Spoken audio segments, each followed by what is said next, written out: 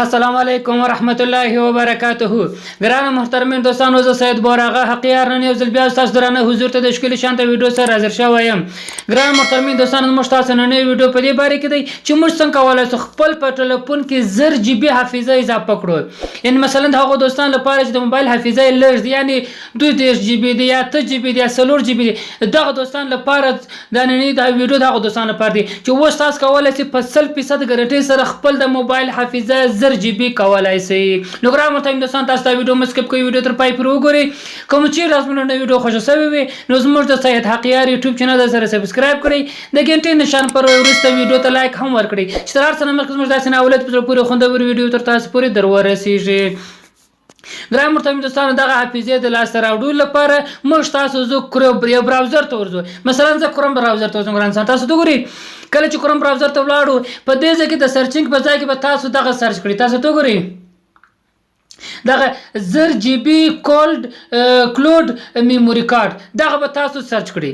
کله چې مو سرچ کړو ګران دوستانو، موږ تاسو دغه انټرفیس دای سفر خلاصیږي. موږ تاسو برات پر دغه درېمه خانه باندې پر دغه درېمه لیک باندې به کلیک وو. کله چې مو کلیک کړئ دا صفحه درته راځي.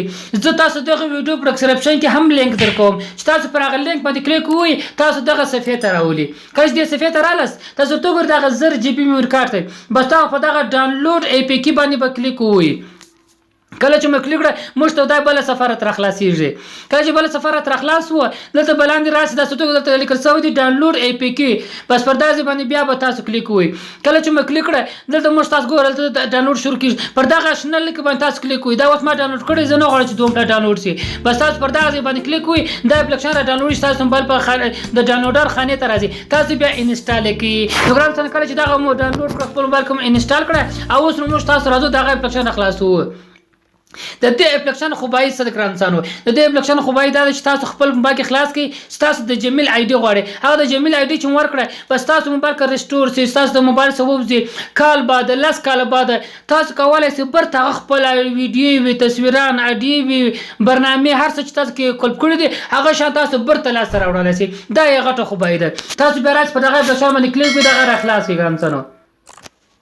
کله چې موږ خلاص کړ تاسو ته ګوري دا صفحه ته راځي. دلته به تاسو که چیرې نوې په خانه آی ډي مو درلود دا مو جوړ کړی دا وي کوم نو جوړ کړی، بس پر دغه سینګ اپ لیکل شوی. تاسو ګورئ پر دغه باندې سینګ اپ لیکل شوی دی، پر دې کلیک دا انټرفیس ته راځي.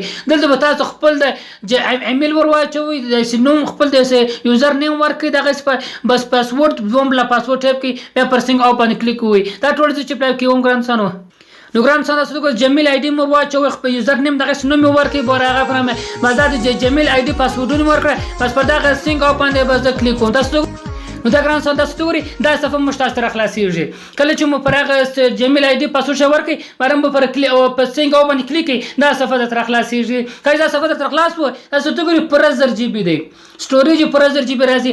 دا اوله خانه په دې خانه کې تاسو تصویران کولپوالای شئ، په دې کې تاسو موزیک، په دې کې ویډیو، په دې کې ډوکومو، په دې کې کانټیکټ کولپوالای شئ، په دې کې زیف، په دې کې لوک، دا ټول شان کولپیدو لپاره.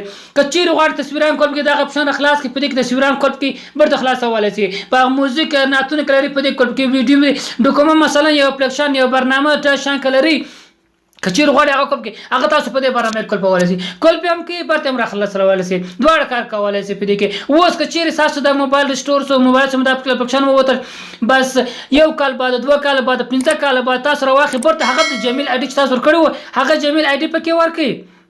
کله چې هغه جمیل آی ډي پکې ورکړئ باندې دغه وکړئ، بس صرف بس لوګین باندې وای تاسو مکمل تصویران ویډیو چار سن تاسو کول کړی وي، تاسو ته په ډیر اساني سره برته لاس ته راځي. په دغه طریقه سره تاسو کولای شئ خپل په موبایل کې 0 جی بي حافظه اضافه کړئ.